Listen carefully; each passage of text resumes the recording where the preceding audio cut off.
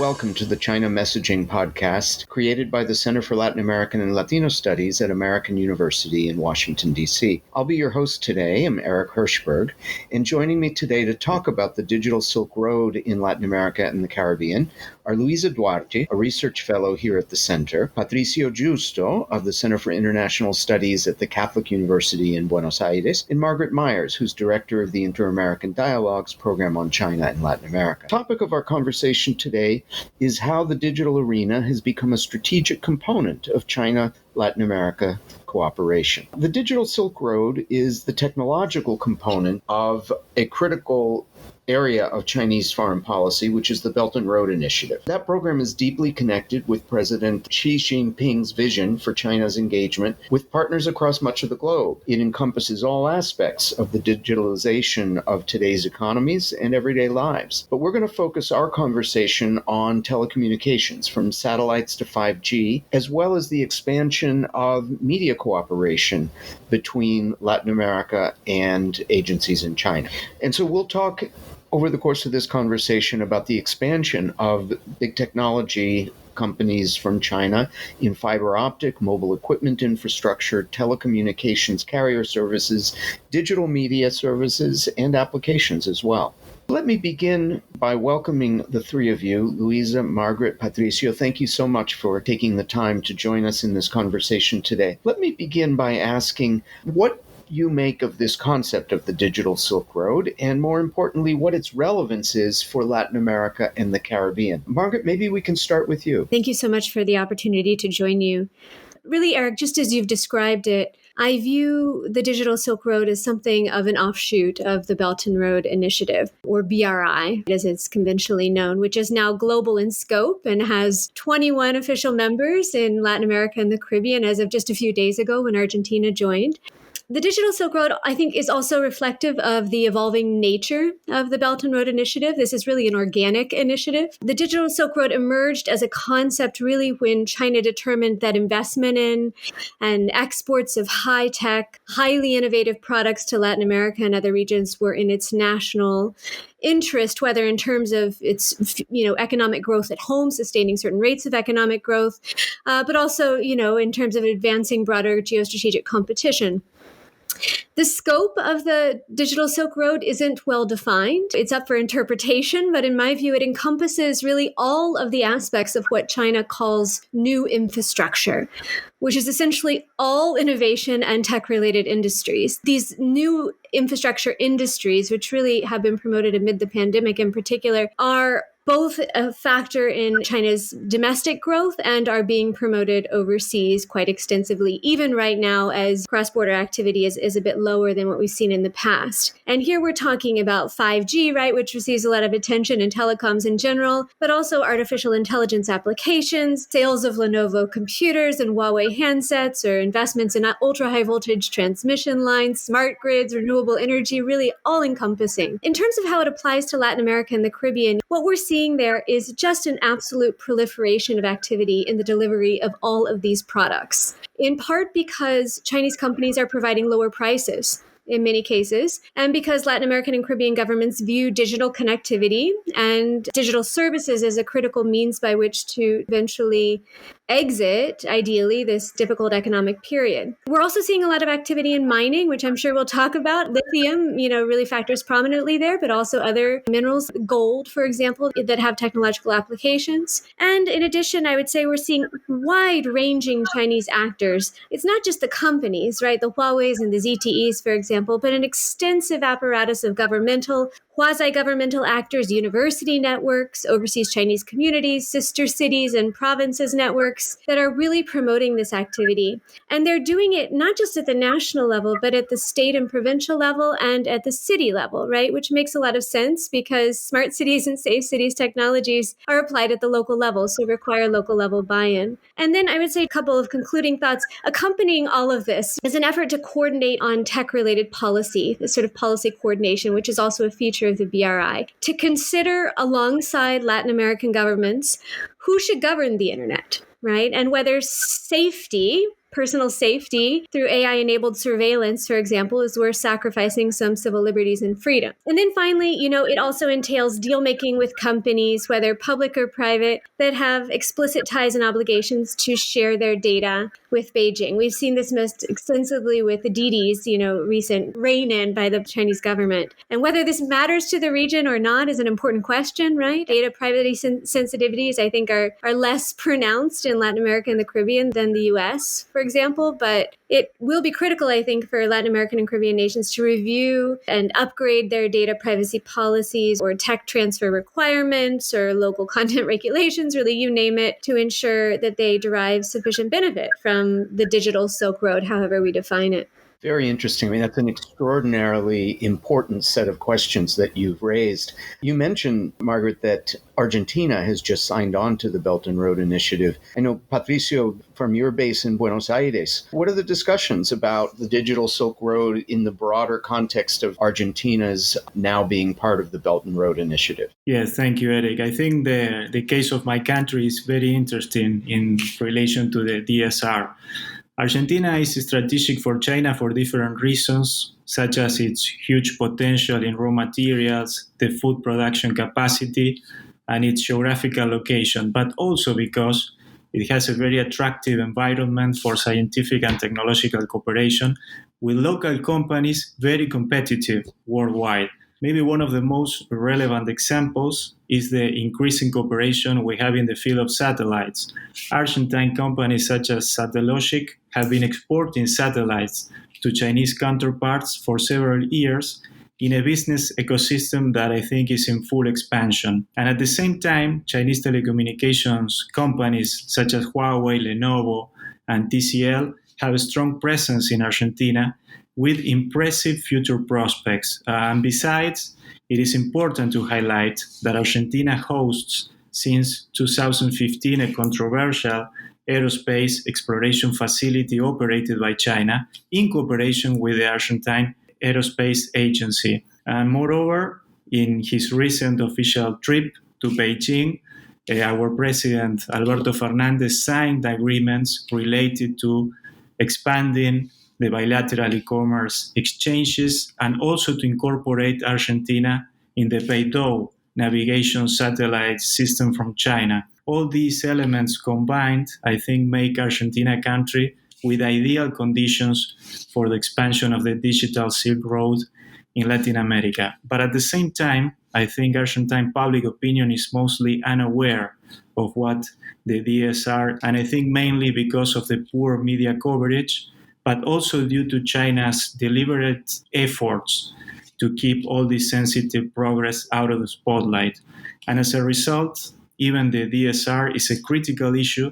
It is absent from the political debate in Argentina. Broadly speaking, our decision makers ignore the DSR motivations, goals, and implications. And probably this is the best possible scenario for Chinese interests. Very interesting. I'm wondering, Luiza, do you see a similar degree of innovation in Brazil's engagement with the digital Silk Road? And do you share Patricio's assessment that there's relatively little public debate domestically about the ramifications of that greater engagement? Thank you for having me. The digital Silk Road is a framework open to interpretation and one of the several Chinese policies that are difficult to be translated to the Latin American public and decision makers. The DSR incorporated all corporations connected to the vast digital sector. One could argue that the digital Silk Road not only includes security and finance, but as it is about technology, it's about information, content, and data. So this is a strategic component of the relationship in a context of strong digital migration. This is a period of convergence of traditional broadcasting with telecommunications, We live the expansion of new media platforms as new source and deep transformations on content production, distribution, and consumption. The 5G tend to potentialize it. The Digital Silk Road also integrated and reinforced cooperations that were already being developed. Brazil has a satellite cooperation program with China that predate the BRI and have been running for more than 3 decades. There is a big demand for investments in technology in the region, and Latin American countries are seen as a potential market for Chinese big tech expansion and to influence standards for new technologies in a period the digital sector is touching all aspects of our lives. So I'm going to want to come back, Luiza, to this question you raise about information and the information landscape, the media landscape. But before I do, one of the things that you all have mentioned, and it's been discussed quite a bit in the public arena, is the question of what China's role will be in the rollout of 5G around the region. What is your sense of how different countries are approaching the opportunities for collaborating with Chinese companies around 5G? Luiza, I know this has been a major debate in Brazil. Well, Brazil has the biggest online population in the region and is the largest market for the 5G. The COVID-19 pandemic delayed 5G specific spectrum auctions, but even before it, the country position was to wait to see what sides are being taken in this battle for this technological transition. Brazil's main wireless firms already use Huawei for more than half of their networks and argued that banning Huawei would add billions of dollars in additional costs that would be passed on to consumers. Instead, the most pro-American Brazilian government in recent times decided to not hurt its relationships with China, its main economic partner. The auction finally established a compromise aimed to protect government communications. A separate network for the government and all federal agents excluded Huawei, but the company was not blocked from the market. Despite the American pressure and the Clean Network campaign, Latin American countries are proceeding with Huawei as a potential or confirmed choice for the 5G. Governments in the region are resisting U.S. efforts to exclude the Chinese company from telecom networks and yet are willing to attract more Chinese investments in technology. Huawei was present in the region about a decade before the start of the trade war and was established as a key provider for the 4G and even 3G network and associated infrastructure. Non-government came forward to declare an open ban in the company, and only Brazil, Mexico, and Guyana officially applied restrictions. Latin American and Caribbean countries are, of course, in different phases of this technological transition. It's very interesting. Margaret, you mentioned in your remarks a few moments ago that China's engagement with the digital arena in Latin America and the Caribbean is in part situated in the context of its economic growth strategy and its strategy of projecting its economic interests around the world.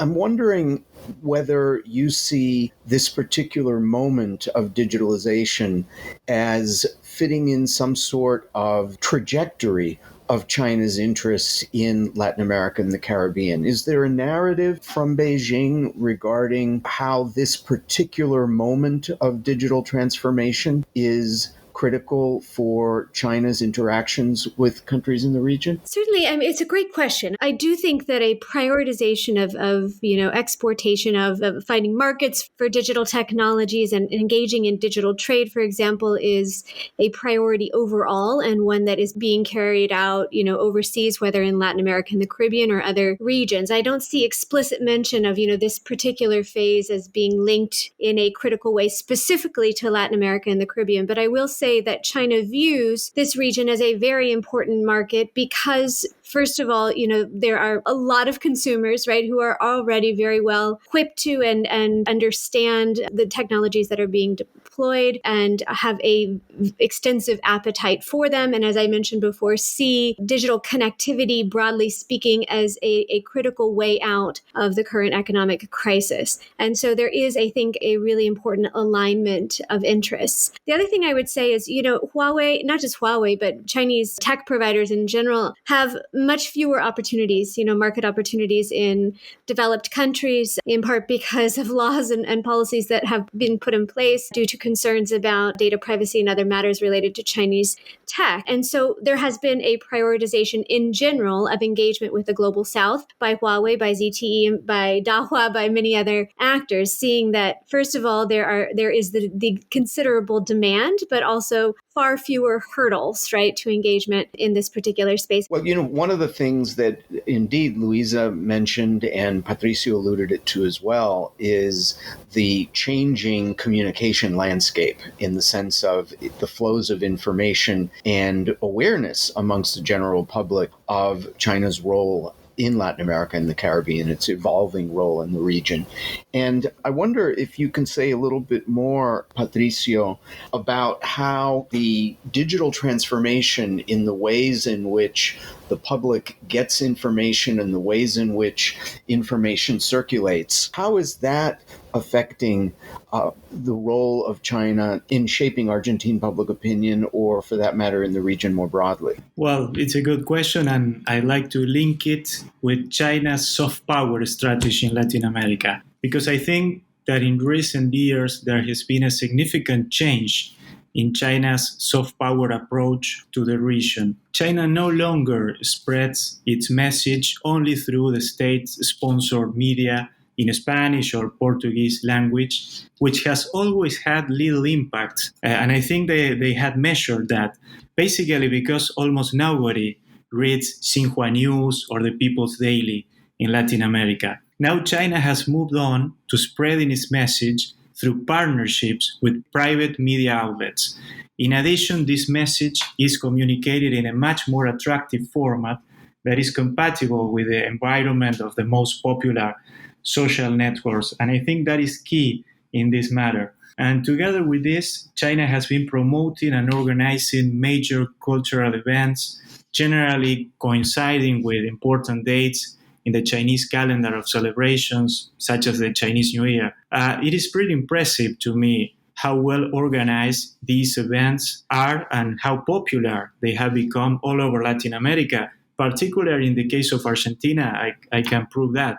It is difficult to put it into figures because there are not enough research and polls on this matter. Anyway, I believe that the impact of this new media soft power strategy has been very positive in terms of boosting the public opinion's positive perception of China, even in the difficult context of the pandemic for China. A recent survey that I can quote, carried out by Argentine and Chinese think tanks, revealed that 55% of respondents in Argentina have a positive image of China, while 63% even consider that Argentines have much to learn from China's economic and social development. In any case, I think that we need more independent research to have a more accurate measure about the impact of this increasing Chinese presence in the mediascape with this new strategy. It's very interesting how you connect this question, Patricio, to the pandemic. And this is actually the first of a series of 3 podcasts that we're doing around this project at American University. The second one will focus on the pandemic and around what's sometimes called vaccine diplomacy, or more generally around public health diplomacy of China in Latin America. And one of the things that I think we'll talk about is the evolving research that tries to get a handle on the degrees to which China's management of the pandemic and China's assistance to development to Latin America and the Caribbean with personal protective equipment and vaccinations and so on, the ways in which that's impacting public perceptions of China. And so I'm really glad that you brought that up now. Luiza, how do you see the role of Chinese agencies in shaping the information landscape in Brazil? I see the pandemic as a turning point in China's relations with Latin America. Confinement measures accelerated the digital migration and accentuate the need for technology.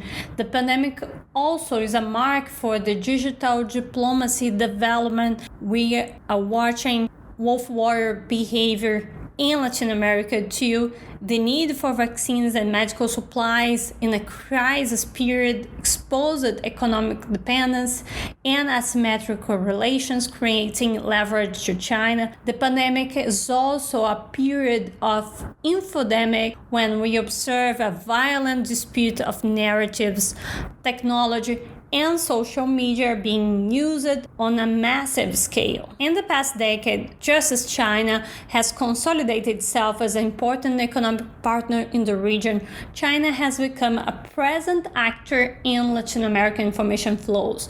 Chinese state-sponsored media adopt a different strategy to reach the Latin American public. Not only it diversified its offers in Portuguese and Spanish, but it signed media agreements with media outlets in the region, enabling a full content reproduction and distribution. We identified around 50 media agreements signed in the past 10 years between Chinese media and Latin American media companies. In the Latin American market, media ownership is very concentrated, so a partnership with one media group could represent the content being distributed in several local outlets at the same time. This opened the door for indirect consumption of Chinese state media content in various forms, text, videos, and photos, multimedia content, because this content is part of the local media offer. Chinese media content appears in different formats, regular news stories, entire supplements, or segments on TV, but also paid content. Latin American audience were targeted by international communication operations that intensified after the pandemic. One example is the communication campaign to celebrate 100th anniversary of the Chinese Communist Party. Paid content in the information format, so very similar in appearance to a news story, was published on several media outlets from different countries in the same period, frequently with identical message, showing coordination.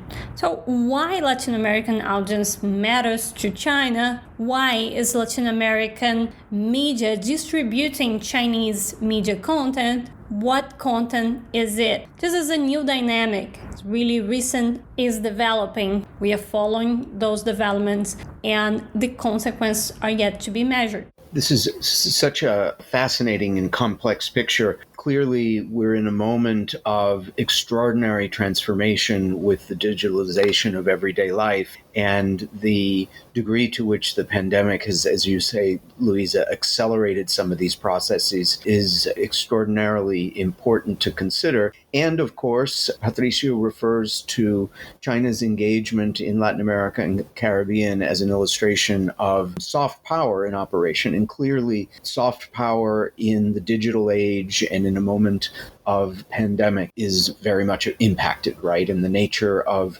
the instruments through which soft power is exercised evolves in really fascinating ways. Thank you, all three of you, for taking part in this conversation. Thank you also to our listeners for tuning in. As I mentioned, this is the first of 3 podcasts that are being broadcast in the context of American University's project on China's messaging strategies in Latin America and the Caribbean. The second one will focus on the pandemic, and the third one is going to look at public diplomacy and exchanges between China and Latin America and the Caribbean, the phenomena that the Chinese government typically articulates as people-to-people connections. Again, these podcasts are produced at American University with the support of the Institute for War and Peace Reporting and funding provided by the U.S. Department of State. You can follow us on Twitter at AU_CLALS, and we look forward to your engaging with us and keeping the conversation going. Thank you.